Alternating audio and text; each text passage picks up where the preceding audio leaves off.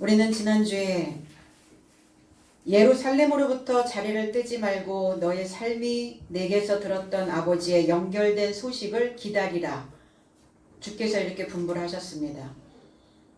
너희가 요한의 물 세례를 지나왔다면 이제 너희는 다섯째 날을 통과한 것이고, 그리고 그 습관적 사고가 죽으려면 십자가 사건인 피세례, 그 다음에 오순절 성령 세례를 받아야 된다.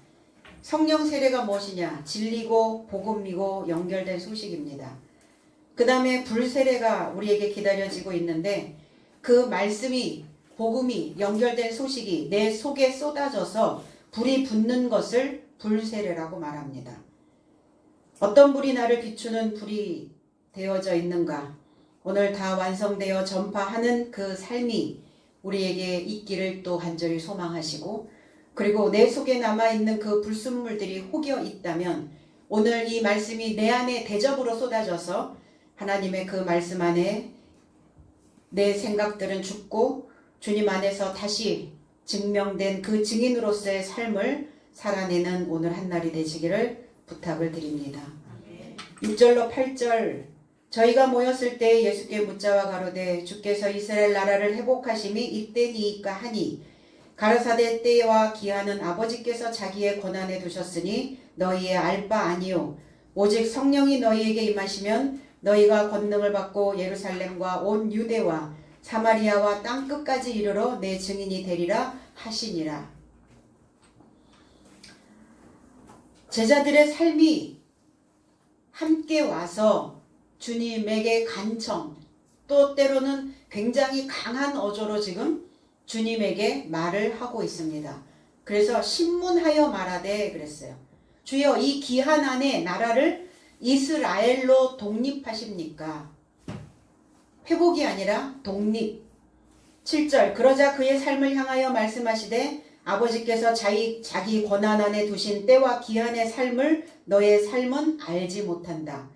8절, 오히려 너의 삶을 접촉할 성령이 다다르면 능력을 받을 것이요 예루살렘 안에서 그리고 유대와 사마리아 모두 안에서 그리고 땅의 최후까지 나와 증인 삶이 될 것이다. 이렇게 원어적인 해석이 되어져 있습니다. 제자들의 삶이 모였을 때 이제 함께 동반하여 가고자 하는 그 제자들의 삶이 주님께 간청합니다. 신문하여 가로되, 그래서 신문합니다. 예루살렘을 회복하는 시기가 이때입니까? 이때. 이 크로노스라고 하는 이 단어가 있어요. 크로노스. 지금이 그 크로노스입니까? 주님의 나라가, 이스라엘이 회복되어지는, 고정되어지는, 또 독립되는 그때는 어떤 때인가? 이 크로노스라고 하는 이 때는 시간의 어떤 간격을 이야기하고 있어요. 근데 시간의 간격은 어때요? 일정한 간격을 두고 시간이 가죠. 그러니까 고정되어진 시간일 수 있단 말이에요. 시간이 늘 변동되지는 않죠. 오늘 24시간이 우리에게 주어진 이 시간이란 말이에요. 그 고정된 특별한 어떤 기간을 이렇게 크로노스라고 이야기합니다. 그러면 성경 안에서의 크로노스는 어떻게 해석을 해야 될 것인가? 한 날서부터 일곱째 날, 그거는 고정된 특별한 어떤 시간 간격을 이야기하고 있죠. 그러니까 한 날서부터 일곱째 날을 크로노스로 보시면 됩니다. 그런데 이 날은 지나가면 다시 잡을 수 없는 거예요. 그러니까 내 삶에 그 날이 왔을 때 그 날을 잡아야 되는 것이죠. 그 루브르 박물관에 크로노스 상이 있어요. 크로노스 상이 있는데 앞머리와 옆머리는 숱이 많은데 뒷머리는 하나도 없어요. 그러니까 이 크로노스가 의미하는 것은 뭐냐면 너희들에게 그 기간이 왔을 때 그걸 잡으라는 거예요. 크로노스라고 하는 게 시간이 지나가 버리면 지나간 시간은 잡을 수 없다. 그래서 머리가 뒤에는 하나도 없는 거죠. 주님의 부활하신 일곱째 날의 기한 안에 이제 제자들은 그 얘기를 지금 물어보고 있는 거죠. 주님 이제 부활하셨으니까 주님이 일곱째 날 안에 들어오셨으니까 지금 이 일곱째 날인 기한이 되었으니까 이스라엘로 독립하심이 맞는 겁니까? 이게. 그래서 이 회복이라고 하는 이 단어는 아포카디스테미라는 단어예요. 아포라고 하는 단어는 완성되다, 그리고 분리되어지다 라는 단어가 있고, 카타라는 단어와 히스테미라는 단어가 또 합성어가 만들어졌어요. 그러니까 세 단어가 합성어가 된 단어가 바로 아포카디스테미. 이 단어가 회복이라고 개역성경에는 그렇게 되었는데, 이 단어는 아래에 고정되다예요. 완전히 굳게 세워지다. 단단하게 어떤 흔들림도 없이.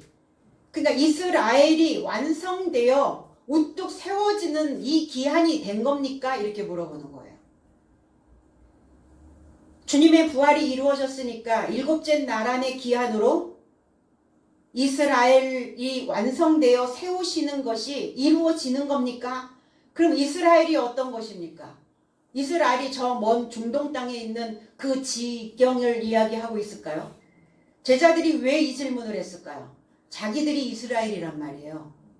그럼 이 이스라엘이 지금 완성되어지고 완전한 그 지식으로 인하여, 가르침으로 인하여 내가 완전히 분리되어져서 하나님의 그 나라 안에 굳건히 세워질 수 있는 그 나라가 된 겁니까? 이렇게 물어보고 있는 거예요. 되었을까요? 되어 있을까요? 되어 있다면 스스로 알게 될 것이다. 그러니까 제자들의 상태는, 제자들의 그 마음 상태, 제자들의 신앙 상태를 보니까 주께서 해주시면, 하나님께서 해주시면 이스라엘로 완성되어져서 세워집니다. 그러니까 신문하며 말한 거예요. 신문하듯 그렇게 해주셔야 되지 않습니까? 그래서 간청하고 있는 거예요. 그러냐고, 내가 그렇게 되어져야 되는데 그렇게 될 수 있습니까? 라고 물어보는 것도 아니에요. 그렇게 해주셔야만 됩니다. 이게 간청이거든요. 그렇게 꼭 되게 해야 됩니다. 그렇게 되지 않는 것이 문제가 아닙니까? 그러면 주님께서 그냥 이스라엘이라고 하는 그 나라가 신앙 안에만 있으면, 배우기만 하면 그것이 다 저절로 그냥 이루어지는 겁니까?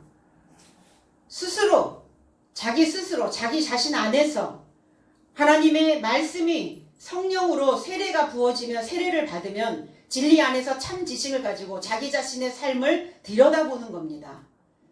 그러면 가르치는 자, 일곱째 날에 들어왔다 할지라도 그 말씀이 내게 쏟아지면 그 말씀을 통해서 내 안에 있는 불순물들이 무엇인지를 제거하며 가는 거예요. 사도들도 마찬가지고 목자들도 마찬가지입니다. 다 완성된 것이 아니에요. 다 완전하게 다 이루어졌기 때문에, 그러기 때문에 사도로 분리되어지는 것이 아닙니다. 지금 상황이. 그러니까 제자들은 나는 이제 이스라엘로 독립된 삶이 되어지면, 완성되어져서 세워지면 내 안에 하나님의 말씀이 쏟아질 이유도 없고, 내 안에 그 대접이 쏟아질 필요도 없고, 나는 이제 완성된 상태로 내 안에 불순물을 제거하지 않아도 되지 않습니까? 천만에요. 지금 여러분들이 이 지식을, 이 설교를 듣고 있다는 것은 여섯째 날에 들어온 거예요. 이제 십자가 사건이 진행이 될 것이고 피세례가 올 것입니다. 그럼 피세례가 뭡니까? 내가 죽는 거예요. 죽고 싶은 마음이 올라와야 해요. 세상에 있는 것들이 다 허무해져야 됩니다. 여기를 가도 저기를 가도 세상에서는 위로받을 곳이 한 군데도 없다라는 것을 알고 가셔야 됩니다. 그게 죽는 거예요. 그게 죽을 만큼 힘든 거예요. 죽을 지경에 이르러야 됩니다. 그냥 내 목숨 하나 어떻게 하냐, 어떻게 할 수 없어서.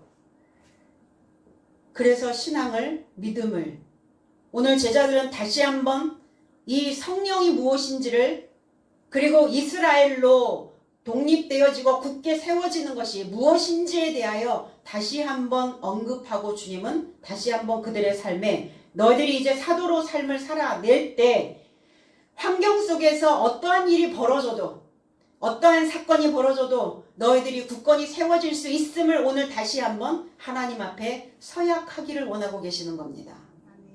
다 잡는 거예요, 마음을. 다시 다스리는 거예요. 이스라엘이 뭡니까? 이스라엘, 우세하다, 자유하게 하다. 하나님으로 자유롭다. 하나님으로 우세하다.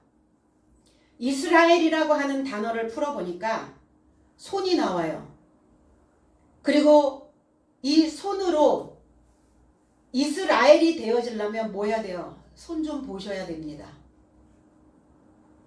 어제 남편하고 차를 타고 가는데 이렇게 뭐가 이렇게 과부하 현상이 일어나는 것 같아요. 어디서 탁 이렇게 마찰이 생기는 그 전파 같은 소리들이 칙칙 이렇게 나더라고요. 그래서 제가 이렇게 얘기했어요. 여보, 차 손 좀 봐야 될 것 같아. 근데 뭐가 고장이 나고 뭐가 잘못되고 뭐를 고쳐야 되면 차 고쳐야 돼 이래야 되는데 손을 봐야 된다 이렇게 표현을 한단 말이에요. 그럼 인생들은 끊임없이 손을 보고 가는 겁니다. 말씀을 증거하고 있는 저도 늘 손 보고 갑니다. 내 점검이 없이는 이 말씀을 내놓을 수가 없어요. 왜? 양심에 부딪히니까. 그래서 제 삶도 보지 마시고 제가 하는 사역만 보세요. 제가 증명된 말씀을 제대로 전하는지 전하지 아니하는지 그것만 보시고 가면 됩니다. 손을 보면 올바르게 세워집니다. 어디가? 머리가요. 머리의 문제예요. 뇌에서 흘러나오는 생각의 문제입니다. 그 머리가 올바른 것을 잉태하여지는 것. 손을 보고 올바르게 그 머리가 하나님의 지식으로 잉태되는 것. 이것을 이스라엘이라고 말하는 거예요. 그러면 이 이스라엘로 굳건히 세워질 수 있습니까? 이사야 27장 6절에 후일에는 야곱의 뿌리가 박히며 이스라엘의 우미 돋고 꽃이 필 것이라. 그들이 그 결실로 지면을 채우리로다. 이게 회복된 이스라엘이에요. 독립된 이스라엘입니다. 굳건히 세워진, 완성되어져 세워진 사도들의 모습이 바로 이스라엘로 나와줘야 된다는 거예요. 저와 여러분들의 삶도 마찬가지죠. 신앙생활은 그냥 꼭 먹고 알 먹고 하는 게 아니에요. 그저 내 입맛에 맞게 달달한 것만을 찾아다니는 것이 신앙생활이 아니라는 겁니다. 이 지식을 듣고 하나님의 말씀을 통해서 내 생각들을 다시 한번 끊임없이 그 바탕들에 무엇이 깔려 있는지를 보며 가는 거예요. 그러니까 뒤집을 수밖에 없죠, 하나님이. 왜? 그냥 그 바탕이 계속 깔려서 가면은 묵은 것들은 썩어버리기 때문이에요. 어떤 생각이 1차원적으로 올라왔을 때 그것을 내가 바로 즉시 행할 것인지 아니면 이것을 다시 하나님에게 비추어서 내 속을, 내 생각들을 뒤집으며 감독하며 갈 것인지를 우리는 이 머리에 올바른 지식이 잉태되어지는 이스라엘로 완성된 자로 세워져야 되는 것입니다. 후일에는 그랬어요. 후일에는 지금 당장이 아니라는 거예요. 그러니까 제자들도 지금 당장 이스라엘로 지금 당장 너의 삶이 그렇게 완성되어 굳건히 세워지는 것이 아니다. 후일이라는 단어는 이 뽀라고 하는 이 히브리어에서 온 단어는 그 안에 배움으로 연결된 다음에 배움으로 연결되어지면 그리고 그 배움이 연결되어져서 내 내부로 들어가면 이렇게 이 뜻이에요. 이게 후일이라는 단어. 후리 먼 옛날, 먼 앞으로 먼 이게 아니라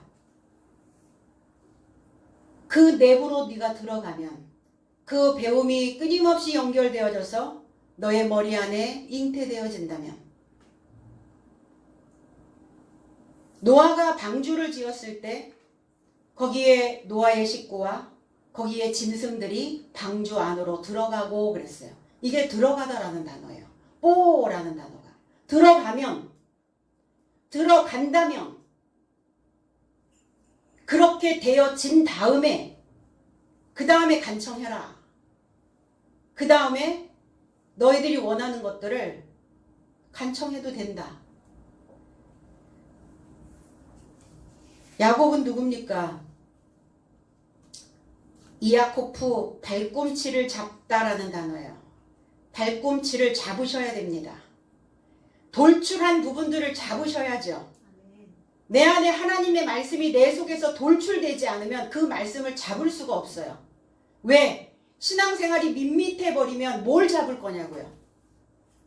신앙생활이 돌출해야죠. 발 뒤꿈치처럼 뿔룩 나와야 된다고요.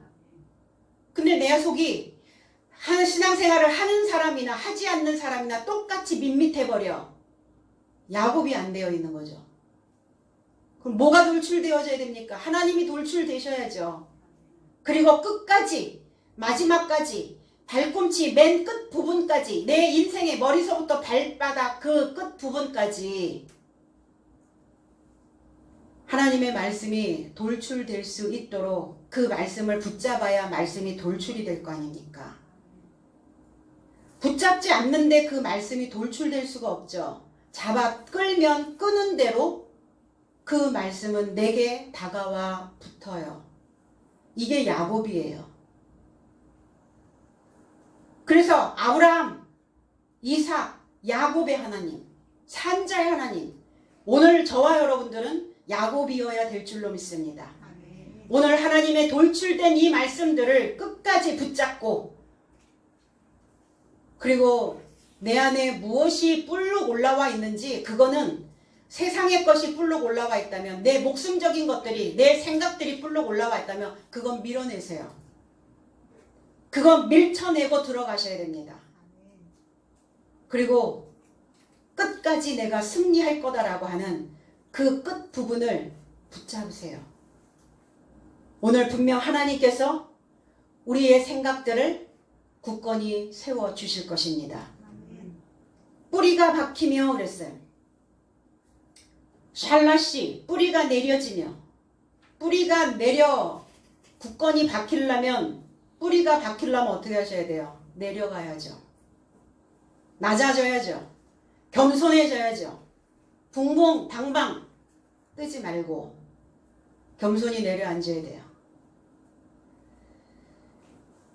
그래서 또 삶이 또 이렇게 또 쭉 이렇게 가면 어때요? 못 내려가죠. 그래서 미리미리 내 지금 뭐가 이렇게 밋밋하다라고 생각이 들 때 쭉 내려가셔야 됩니다. 겸손히 내려가셔서 뿌리를 단단히 그때 고정시켜 놓으시고, 그리고 이스라엘로 하나님께서 자유케 하시는, 그럼 자유로워지려면 어떻게 해야 될까요? 자유로워지려면 손에 들고 있는 것들을 내려놓으셔야 됩니다. 새가 자유롭죠. 자유를 표현할 때 사람들은 새를 많이 그려요. 왜 새가 자유로울까요? 새는 자기의 손을 날개로 바꿨어요. 새는 아무것도 가지지 못해요. 아무것도 갖지 못하고 내 손에 무엇인가를 들지 못하지만 그것을 자유롭게 할 수 있는 손으로 그것을 맞바꿨다는 겁니다. 오늘 저와 여러분들의 삶 속에서 이 신앙 안에 하나님으로 인하여 내가 날고 싶다면, 자유롭게 되어지고 있다면, 내 손에 움켜쥐고 있는 것들을 오늘 내려놓으시기를 원합니다. 움이 돋고, 움이 돋는다는 것은 뭡니까? 번창한다는 거예요. 번창하고 반짝반짝 빛나고, 그리고 꽃이 필 것이라 도약하는 거예요. 도약. 끊임없이 도약입니다. 신앙 안에서 무엇을, 내가 하나님을 믿으면서 무엇을 해야 됩니까? 나는 하나님이 있고 너는 하나님이 없어. 그럼 하나님이 있는 나는 어떻게 해야 돼요? 도약입니다. 밋밋한 인생이 아니라 도약하는 인생이에요. 그 싹이 튀어나올 수 있도록 내 손에 붙잡은 것들을 내려놓고 그것을 날개로 만들어서 날아 오를 수 있는 그 삶이 꽃이 피는 인생입니다. 그리고 그 결실로 증가되어지고 생산되어지고 내 삶에서 내놓아야 되는 그 열매로, 그럼 내가 내놓아야 될 열매가 뭡니까? 십자가의 도입니다. 십자가에서 얻어지는 그 말씀의 결실이 내 입에서 나가고 있는 그 말이 열매로 결실해지는 겁니다.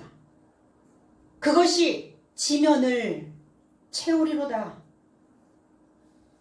지면 테벨이라고 하는 단어입니다. 내가 지금 거주하고 있는 것, 내 마음이 거주하고 있는 것, 지금 어느 지에 있습니까? 어느 거주지에 있습니까? 무엇이 내 속에서 흐르고 있는 거예요? 내 속에서 흐르고 있는 상태에 따라서 내 땅이 옥토도 될 수 있고, 내가 서 있는, 내가 거주하고 있는 것이 천국도 지옥도 될 수 있죠. 무엇이 흐르길래? 어떤 것이 내 속에서 흘러야 될 것인가?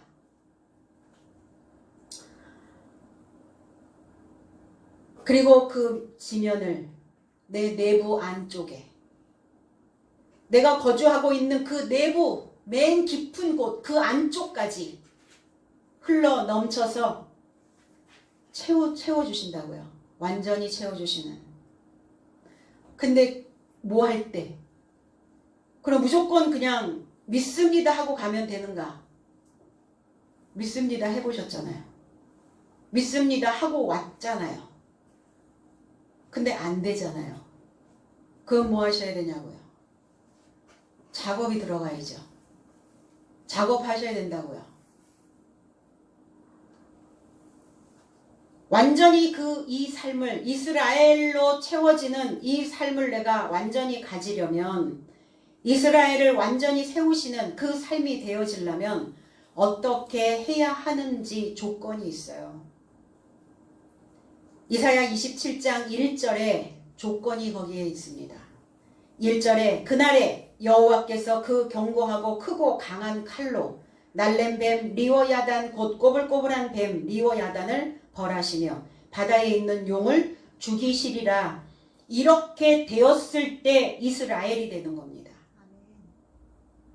뭐가 문제예요? 믿음이 완성돼서 굳게 세워지는 그날에 여호와의 날에, 자신의 날에 견고하고 크고 강한 칼, 견고하다.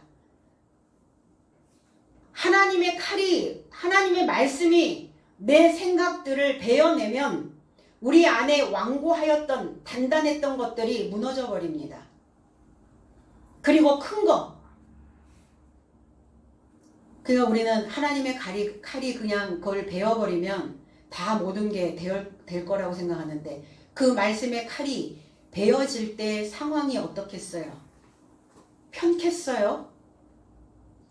힘들어요. 아픕니다. 비탄에 잠기고, 이 견고하고 카세라는 단어, 비탄에 잠기다 이런 뜻이에요. 비탄에 잠기게 하시고 심히 아프고 강한 맹렬한 그 예리한 칼이, 당연히 아파야죠.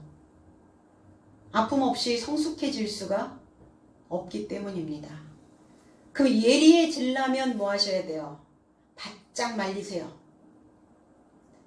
내 안에 이 바다, 내 안에서 뛰놀고 있는, 내 안에서 늘 노호하고 있는, 내 안에서 표호하고 있는, 내 안에 과거의 것들이 늘 내 기억 속에서 또 들어왔다 나갔다 하는 그 생각들을 과감하게 말려버리셔야 됩니다. 그래야 예리해져요. 신앙은 두루뭉술 가는 게 아니에요. 구렁이 담 넘어가듯이 가는 것을 신앙이라고 하지 않습니다. 그래서 예리하게, 아프지만 비탄에 잠길 수 있고 아프고 맹렬하지만 그것을 해내지 않으면 그 덩어리들을 그냥 안고 가야 되기 때문에 과감히 잘라버리시는 거예요. 이렇게 되었을 때 그 날랜 뱀, 날래다 뭐예요? 뭔가 서두르는 사람들이에요. 서둘러. 왜 서둘러요? 조급하다니까. 그래서 맨날 여기 갔다 저기 갔다 저기 갔다 여기 갔다 맨날 이렇게 도망자처럼, 도망가는 사람처럼, 도망자들처럼 뭔가 늘 서두르고 사는 사람들. 이게 날랜 뱀이에요. 뱀이 뭡니까? 예리하다, 나시, 예지하다, 복술하다, 경험으로 배우다. 자기 경험에서 나오는 겁니다. 이미 자기 경험되어진 그 지식들이, 저장되어진 지식들이 자기가 무엇인가를 예지하듯이, 복술하듯이 점치고 있는 거예요. 그렇게 서두르면 뭐가 되겠지? 그렇게 뭐가 되겠지, 뭐가 되겠지. 이게 다 예지하는 자들 아닙니까? 그게 나하시라고요. 그 날렘뱀의 이름이 리워야단. 리뿌야탕이야, 리뿌야탕. 이게 바벨론의 상징이에요. 바벨론의 상징적인 동물입니다. 이 리워야단이라고 하는 이 의미가 달라붙다, 그리고 꾸다, 빌리다. 아니, 하나님의 것을 빌려와도 현찮은 판국에 왜 자기의 경험적인 것, 뭔가 내 머릿속에서 지금 뭐가 이렇게 번쩍번쩍 하는 그런 예지하고 점치고 있는 왜 그런 생각들을 빌려오시냐고요. 왜 그걸 꾸어옵니까? 그러니까 그 생각들이 달라붙어 버린 거예요. 다 그냥 생각의 바탕에 내 삶 전체에 다 확 달라붙어 버린 거예요. 바닷가에 가면 어때요? 그 큰 바위마다 다 굴들이 뭐가 막 다 따개비들이 막 다 다닥다닥 붙어 있죠. 이렇게 뭔가 서두르고 조급하고 뭔가를 그럴 거야 저럴 거야 이렇게 점치고 있는 내 경험으로, 내가 그동안 살아왔던 그 저장되어져 있었던 그 기억의 저장으로 다 달라붙어 있다고 생각을 한번 해보세요. 어떨 것 같아요? 내 삶이. 나라고 하는 그 삶이 온전히 갈 수 있겠어요? 온전히 진행이 되겠습니까? 그게 힘들단 말이에요. 오늘 이 제자들의 모습도 그런 모습이라는 겁니다. 그러니까 주님은 단호히 말씀을 끊어버리시는 거예요. 꼬불꼬불한 뱀. 왜 꼬불꼬불? 뱀은 꼬불꼬불하죠. 손도 없고 발도 없어요. 우리가 보여지는 자연계에서 보이는 그 뱀도 꼬불꼬불해요. 구불구불 갑니다. 손도 없고 발도 없는데 강한 맹독을 가지고 있죠. 그 이에서 나오는, 그 앞니에서 나오는 그 맹독, 그 머리에서 분비되어지는 그 맹독으로 인해 다 죽이죠. 그 독을 분사하면 저 몇 킬로까지 떨어져 있는 그 동물들도 그 한 방울만 튀어도 그냥 이 마비가 돼서 죽어버린답니다. 비틀린 심정들이에요. 비틀린 심정, 굽어있는 마음, 이게 꼬불꼬불한 뱀입니다. 우리의 인생길이 어땠길래? 우리의 인생길은 결코 평탄치는 않았어요. 다 구불구불 왔어요. 근데 하나님 안에서 펴야지요.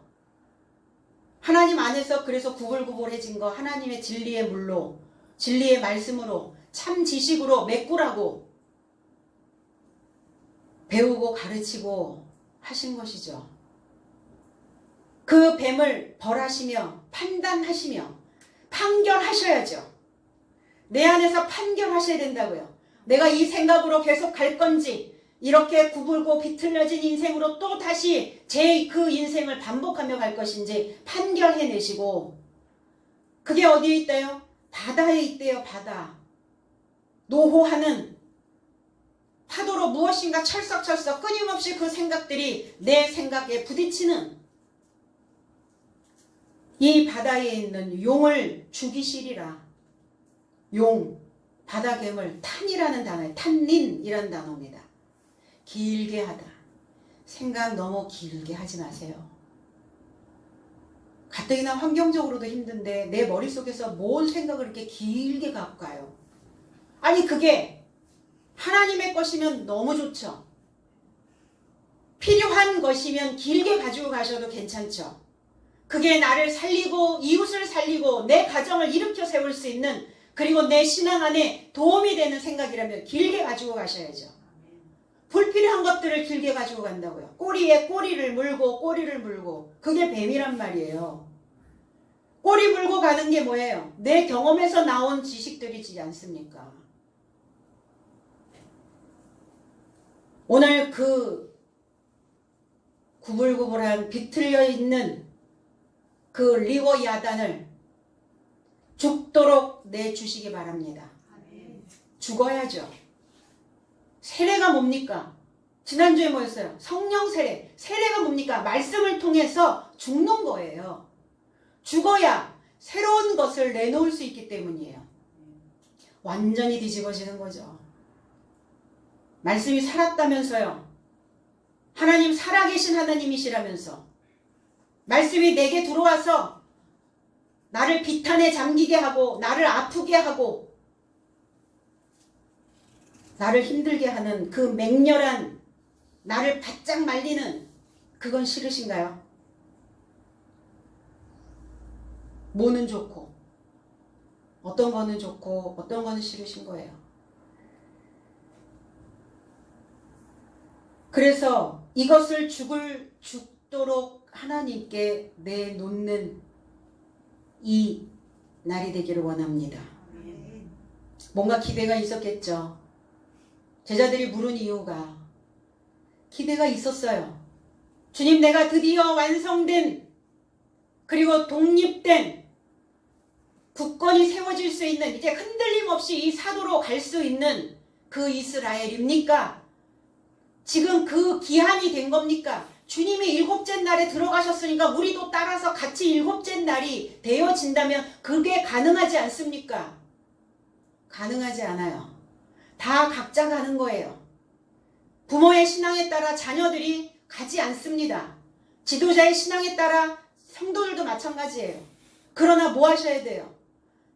다 따라야 돼요. 그래서 따라 붙으셔야 된다고요. 함께 가기를, 함께 그 길에 동참해 있기를, 그 길에 함께 동무하며 가기를 소망하셔야 된다고요. 뭔가 있을 것이다. 이만큼 왔는데 뭐 있겠지, 있을 거 아니야? 내가 그동안 얼마나 헌신하고 봉사하고 하나님에 대하여 배우고 가르침 받았는데 뭐 있을 거요?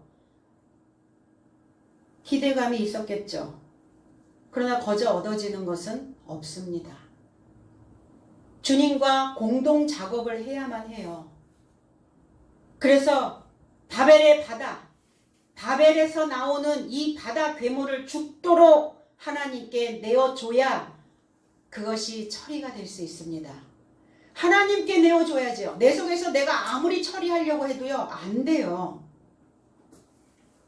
내가 지금 나의 크로노스가, 나의 기한이, 나의 지금 날이 어떤 날인가를 생각하셔야 됩니다. 그러면 어떤 날이에요? 여섯째 날이라고 말씀드렸잖아요. 십자가 사건이라고요. 죽어야 된다고요.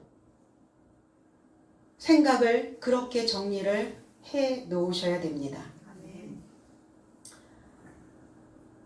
그래서 그 빛을 위하여 낮을 초청하는 거예요.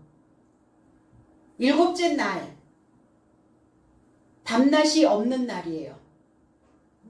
근데 우리가 이제 그 날에 들어가기 전까지는 내가 빛이 되어지기 위해서 이 낮을 초청해야 된다는 거예요. 그래야 이 크로노스로 일곱째 날로 완성되어지는 겁니다. 어두움에서 빛으로, 이게 구원 사역의 시작이에요. 주님은 그래서 밤에 도적같이 오신다고요. 나의 밤에 도적같이 오셔서, 그러니까 내가 그 낮을, 오늘 이 낮을 초청하시라고요. 오늘 이 말씀이 내게 빛이 되어져서 들어오면 오늘 이 날을 나에게 초청하셔서 진리의 생각들을, 진리의 빛을 이해하시고 오늘 이 말씀이 내 안에서 깨달음으로 작동이 되어지면 오늘 나는 이 날을 초청하게 되어진 것입니다. 그래서 죽었다라는 것은 어두움이에요. 어두움이 올라온 거죠.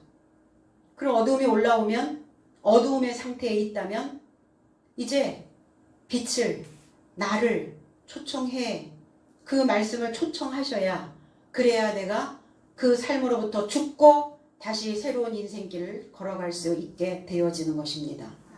7절 그 때와 기한은 아버지께 있다 그랬어요. 때가 왔다 이렇게 얘기하죠. 아까 그 때라는 단어가 크로노스라는 단어고 기한이라고 하는 단어는 카이로스라는 단어예요.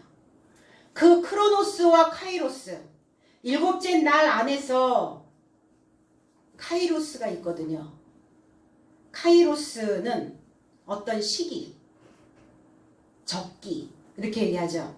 나에게 어떤 의미 있는 시간,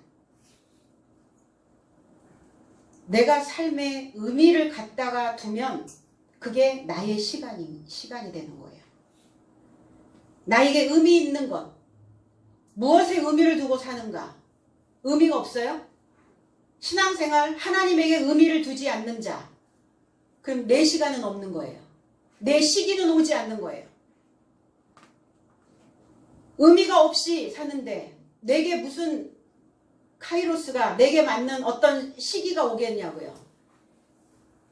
나의 시기가 오지 않는다는 것은 뭐냐면 공황 상태예요. 뻥 뚫려 버려 있는 거예요. 나라는 존재는 없는 거예요. 나는 없고 주변만 있는.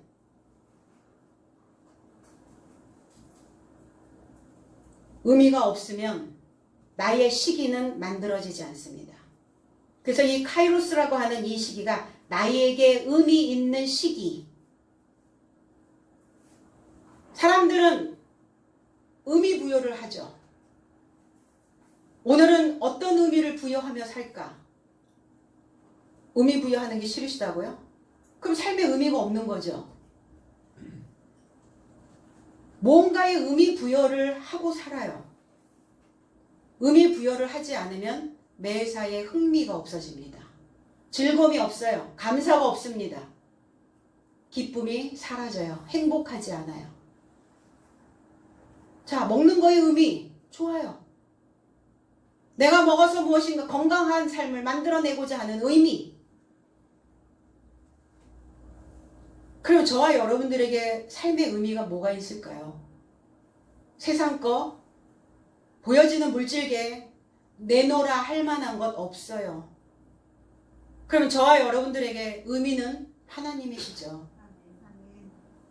하나님으로 인하여 외양가에 우리의 소가 없어도, 무화과나무 열매가 없어도 여호와로 인하여 그 삶의 의미를 찾을 수 있는가 물어보셔야죠. 스스로에게 나는 삶의 의미가 무엇인가? 하나님에게 과연 의미를 두고 있는 것인가? 내가 살아가면서 내 삶이 우겨쌈을 당해도 하나님으로 인하여 내가 그 삶의 의미를 두고 있으니까, 내가 그 믿음의 의미를 두고, 신앙의 의미를 두고 있으니까 내가 결코 거꾸러지지 않을 수 있는 그 믿음으로 나를 다시 부추겨 세울 수 있는 그 하나님이 나에게는 진정한 의미인가? 나에게 다가오는 이 시기를 여러분들 스스로가 그것을 끌어당기셔야 된다는 겁니다. 가만히 있다고 하여서 이 크로노스가 나에게 오는 건, 그리고 이 카이로스가 나에게 오는 건 아닙니다. 내가 일곱째 날이 되어지기 위해서 나는 죽고 싹나고 이것을 반복하는 거예요. 그럼 일곱째 날에 들어갔다고 하여서 그럼 해를 입지 않습니까? 바울이 사도로서 복음을 전파하면서 끊임없이 그는 해를 받습니다. 그런데 내가 어떤 독을 마실지라도 나는 해를 받지 않는다. 해는 와요. 독은 옵니다. 고통은 와요. 그러나 그 고통 속에 내가 매몰되지는 않는다. 어떤 독을 먹을지라도 내가 만나는 모든 사람들은 다 독성이 있어요. 독해요. 그래서 아파요. 지도자의 마음도 모르고 부모의 마음도 모르고 가르치는 선생의 마음도 몰라요. 어린애처럼 그냥 딱 자기가 원하는 거 외에는 생각하지 못해요. 좀 성숙했나 들여다보면 여전히 또 제자리 원점. 그러면 그것을 보는 지도자는, 선생은 아파요. 그게 독을 먹는 거예요. 그러나 그 독으로 인하여 그 인생을, 그 상대를 미워하거나 업신여기거나 그러지는 않아요. 그 독을 내가 먹고 내가 가지고 있는 것을 또 그들에게 넣어주고 이걸 계속 반복하는 거예요. 7째 날에 사도들의 삶이 평탄했다고요? 만만하게 갔다고요? 그렇지 않다고요. 저도 마찬가지입니다. 독을 주면 독을 먹어요. 그러나 결코 그것으로 인하여 내 삶의 의미를, 하나님의 의미를 잃어버리지는 않아요. 그것과 맞바꾸지는 않습니다. 이게 해를 받지 않는 삶의 모습이에요. 그럼 다 완전해서요? 완전 무결 아니죠. 끊임없이 내가 그것을 받아들이고 또 점검하고 그 독을 먹었다 할지라도 쓰리고 아프기는 하죠. 쓰리고 아픈데 그것으로 인하여 하나님의 그리고 그 믿음의 신앙의 의미를 잃어버리지는 않는다는 겁니다. 이거의 차이겠죠.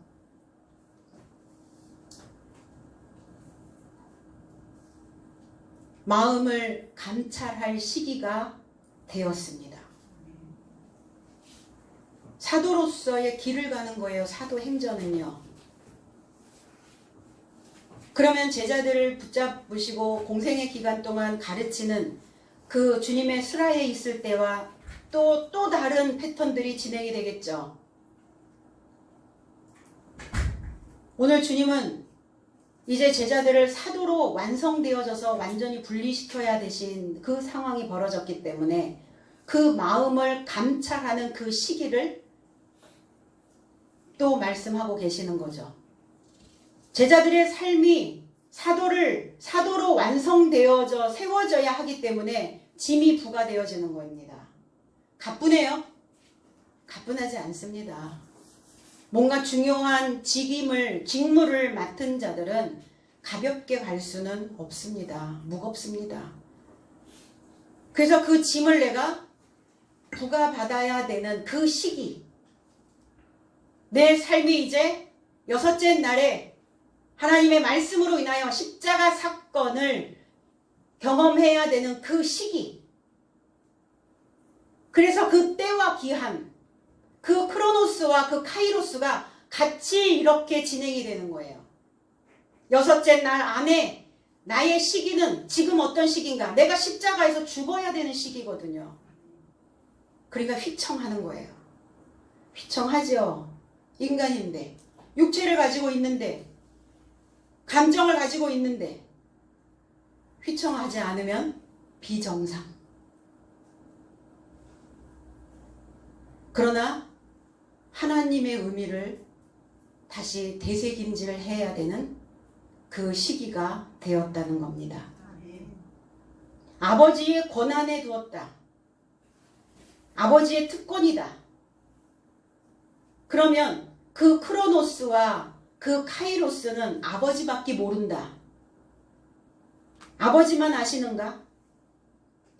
7째 날의 크로노스와 이 날을 가는 동안 겪는 나의 카이로스, 나의 시기는 그럼 아버지만 안다는 말인가? 아니죠. 아버지와 하나 된 사도들은 아버지와 하나 된 그 마음을 가지고 있는 자들만 알겠죠. 나의 지금 날이 어떤 날인지를, 그리고 나의 시기는 지금 어떤 시기가 되었는지를 알게 되어진다는 거예요. 근데 지금 제자들은 너희들은 지금 알지 못한다. 이렇게 딱 잘라서 말씀하셨거든요. 너희들은 지금 이해하지 못해. 너희들은 지금 명백하게 그 너의 크로노스와 너의 카이로스를 표현할 수 없고 말할 수 없어. 너희들은 아직도 너의 신앙이 그것을 말할 수 있을 만큼 그렇게 완성되어져 있지는 않아. 그러나 너희가 이제 그리스도의 마음을 가지면 하나님의 오순절 성령을 통해서 세례를 받고 너희들의 삶이 다시 새로워진다면 너희들은 그때 너희들의 날과 너희들의 시기를 알게 될 것이다. 내가 살면서 행하는 그 모든 것들이 다 뜻이 있고 의미가 있죠. 그냥은 아닐 거예요. 근데 나는 어떤 수준의 어떠한 상태에 있는가를 알아야 해요. 알고 가는 것과 모르고 가는 것은 또 다르죠. 내게 다가오는 시간 자체가 다르다는 겁니다. 그 많은 날들을 또 많은 날들로 늘려서 갈 필요는 없죠. 이 많은 날들을 그냥 단축시켜서 갈 수 있어야 되는 것이죠. 왜요? 어차피 우리는 이 땅을 살아가는 시한부 인생이기 때문입니다. 자, 100살까지, 어떤 분은 보니까 114살까지 생존해 계시긴 하더라고요. 125살, 앞으로 인간의 수명은 점점 더 늘어난다고 얘기는 하더라고요. 몸이 오래 살면 뭐합니까? 정신이 오래 살아야 정신이. 마음이 오래 살아야죠. 하나님의 마음으로, 하나님의 정신으로, 하나님의 영으로 건강하게 살다 가는 것이 우리의 목적이지 않겠습니까? 지금 제자들은 이해하지 못하고 말할 수 없다. 이 기간에 맞는 시기가 나에게 왔다는 것을 제자들 스스로도 알지 못하고 있다는 거예요.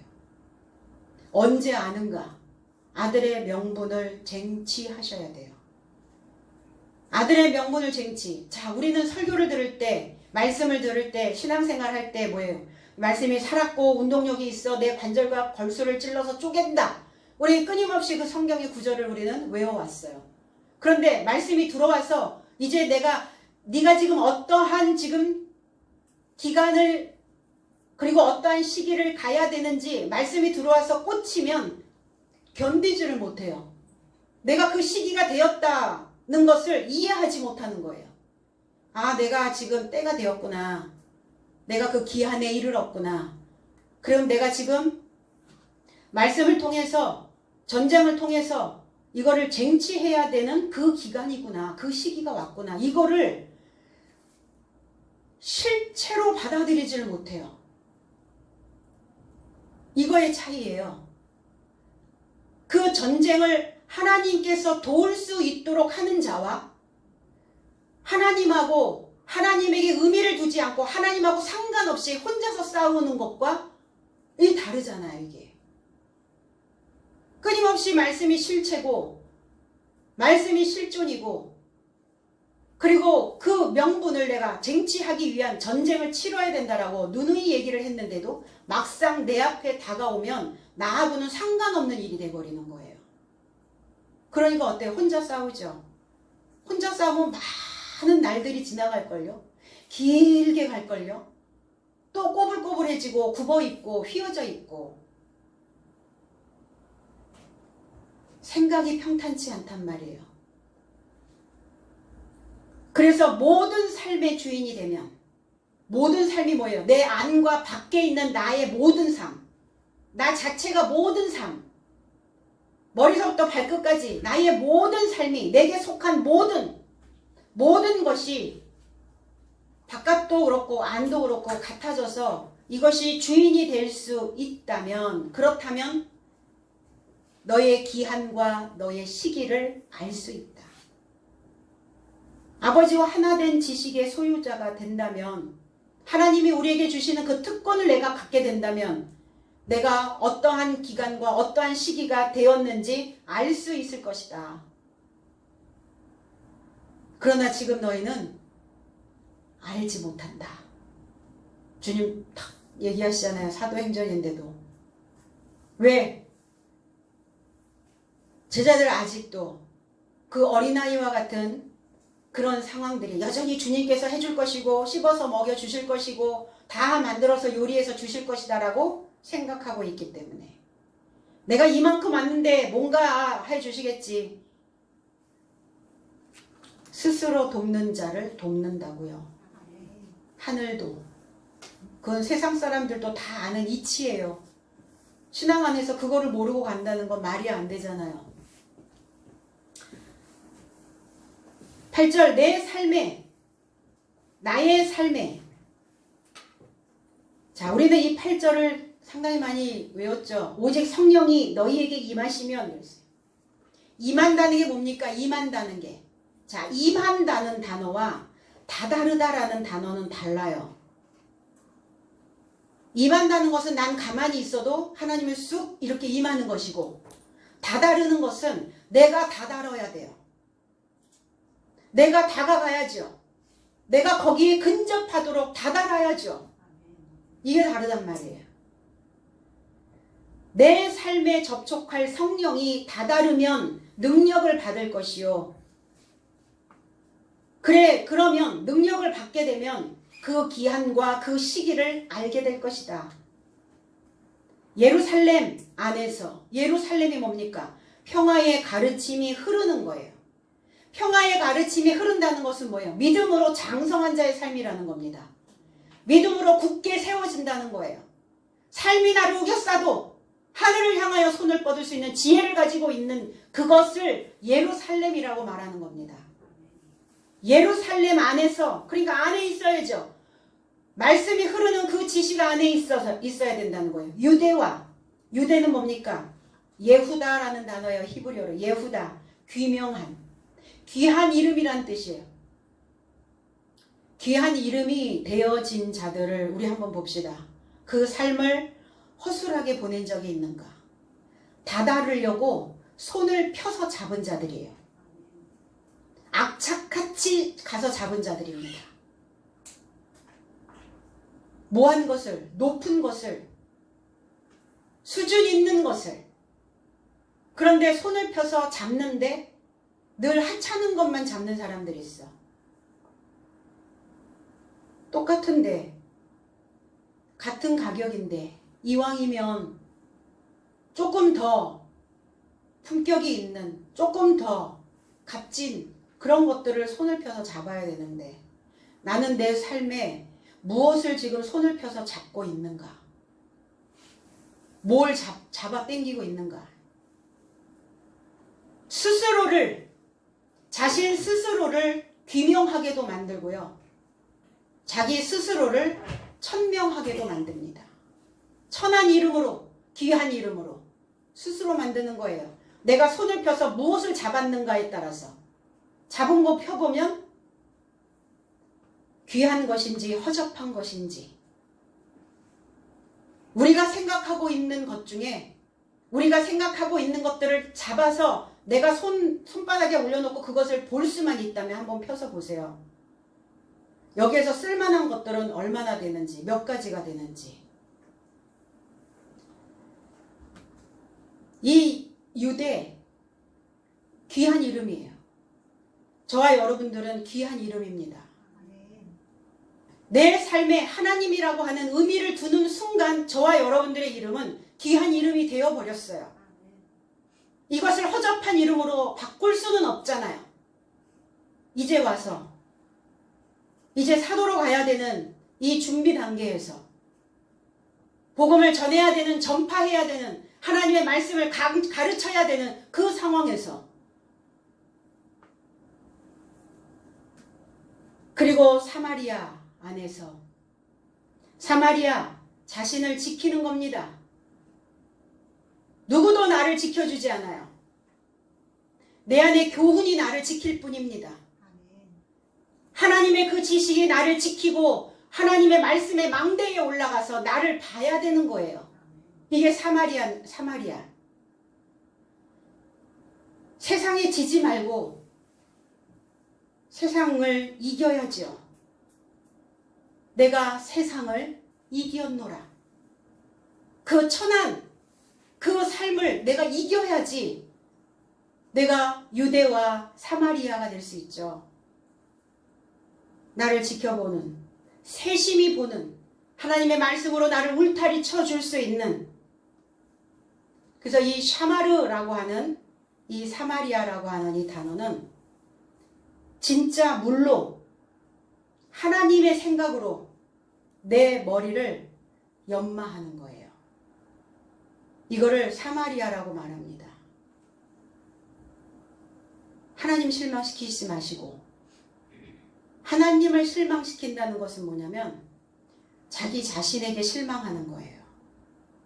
스스로 실망하고 스스로 도태되고 스스로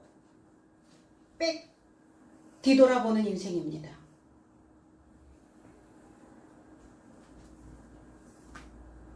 땅 끝까지 이 땅의 최후, 그 땅은 하나님께서 만드신 그 땅, 히브리어로 넘어가면 이 땅을 에레츠라고 얘기합니다. 헬라어에서는 이 땅을 게스라고 하는, 게스, 끊임없이 경작해야 되는 땅, 귀경해야 되는 땅, 그 땅을 휴경지로 내버려 두면 너무나 많은 허접한 것들이 쌓이죠. 근데 이 땅은 본성적으로 어떤 땅이냐? 혼돈해요. 혼돈. 질서가 안 잡혀요. 머릿속에 확 엉켜. 너무나 길게 생각들을 물고 가니까 막 그게 이제 실타래처럼 나중에 확 엉켜버려요. 그리고 공허하기 시작하죠. 그리고 흑암이에요. 그래서 사람들이 흑암이 많아요. 어두워요. 본성적으로 어두워, 존재들이. 그래서 뻑하면 죽고 싶대. 배불러서 죽겠고, 좋아서 죽겠고, 뭐해서 죽겠고, 맨날 죽겠다는 소리를 달고 살아요. 그게 흑암이에요. 그게 어두움이에요. 본성적으로 하는 거예요. 무의식적으로 그게 본바통이 그렇게 만들어져 있기 때문에 우리의 마음의 땅의 상태가, 그러니까 그 얘기를 하는 거예요. 그 죽는다는, 정말 죽을 일이 생기면 죽을까요? 못 죽잖아요. 죽어야 되는데 못 죽잖아요. 그러면서 죽고 싶대. 이게 이 땅 끝까지 하나님의 말씀으로, 진짜 말씀으로, 진짜와 가짜, 진짜와 짝퉁, 진짜도 가짜 같고 가짜도 진짜 같고, 그렇죠. 잘 분별 안 되면. 이 해석된 말씀으로 울타리를 치면 모든 삶이 된다고요. 내 안과 내 밖이 모든 삶이에요. 하나로 통합돼서 가는 거예요. 이 땅의 최후, 나의 이 땅의 최후까지. 최후, 내 죽는 날? 죽는 날인가? 뭐의 최후입니까? 내 안에서 원수가 사망하는 날, 그 최후까지. 원수가 나를 괴롭히죠. 그 왼수가 누구냐고, 그 왼수가. 그 왼수가 집안 식구라면서요? 내 생각 안에서 혼돈하고, 내 생각 속에서 공허하게 하고, 내 생각 속에서 어둡게 만드는 그 원수. 하나님을 이해하지 못하고 알지 못하는, 빛으로 그 낯을 초청하지 못하게 만드는, 어두움에 잠기게 하고 있는, 그게 원수예요. 나를 성장하지 못하도록 다리를 뽕 잘라버리는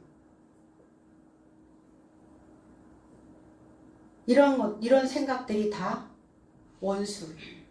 성장하지 못하고 있는 생각이 원수라고요.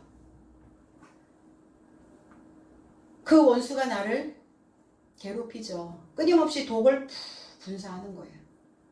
그 독에 우리는 모든 게 다 마비가 돼버리죠. 사고가 마비가 돼버려요. 그러니까 더 이상 생각이 흘러가지 않아요. 더 이상 다른 생각이 나질 않아요. 그 한 생각이 똘똘 뭉쳐가지고 딱 거기에 마비가 돼버려요. 근육이 딱 마비가 돼버리니까. 뭉쳐버리는 겁니다. 생각이. 그리스도의 성령이 다다르면 에펠코마이 임하시면이 아니에요. 그러면 다다르게 한다는 것은 뭐냐면 그 거룩한 영이 내 삶에 영향을 끼쳐준다는 거예요. 영향을 받아야죠.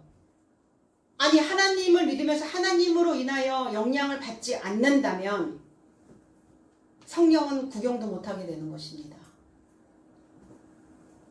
그 그리스도의 성령이 연결되어 오면 그러면 그 원수가 죽는 최후의 그 날에 내 증인이 되리라. 내 증인? 이게 내 증인이 아니라 에고라는 단어인데 에고. 내 증인 이러면 우리는 문법적으로 그게 소유격인 것 같잖아요. 내 증인, 내 거. 나에게 소유된. 근데 나에게 소유된 소유격이 아니라 나 자체, 나의 증인, 나와 증인이 될 것이다. 나 역격을 썼어요. 역격. 그 역격을 썼다는 것은 나와 증인의 삶이 되어질 것이다. 미래입니다. 미래. 그러니까 지금 현재가 아니에요. 제자들도 지금 사도로 가는 이 상황에서 주님이 그렇게 되어질 것이다. 그렇게 될 것이다. 지금이 아니라. 그러니까 뭐하며 가라? 그 성령에 다다르려면 어떻게 해야 돼요? 까치발 띄어야 돼요? 까치발 띄어도 어느 한계가 있지. 다다르려면 커야 돼요. 크면 됩니다. 그런데 내 원수가 죽는 그날까지 해주신대요. 원수가 죽는 날까지. 그러면 그렇게 되어진다면 나와 증인이 되어질 것이다.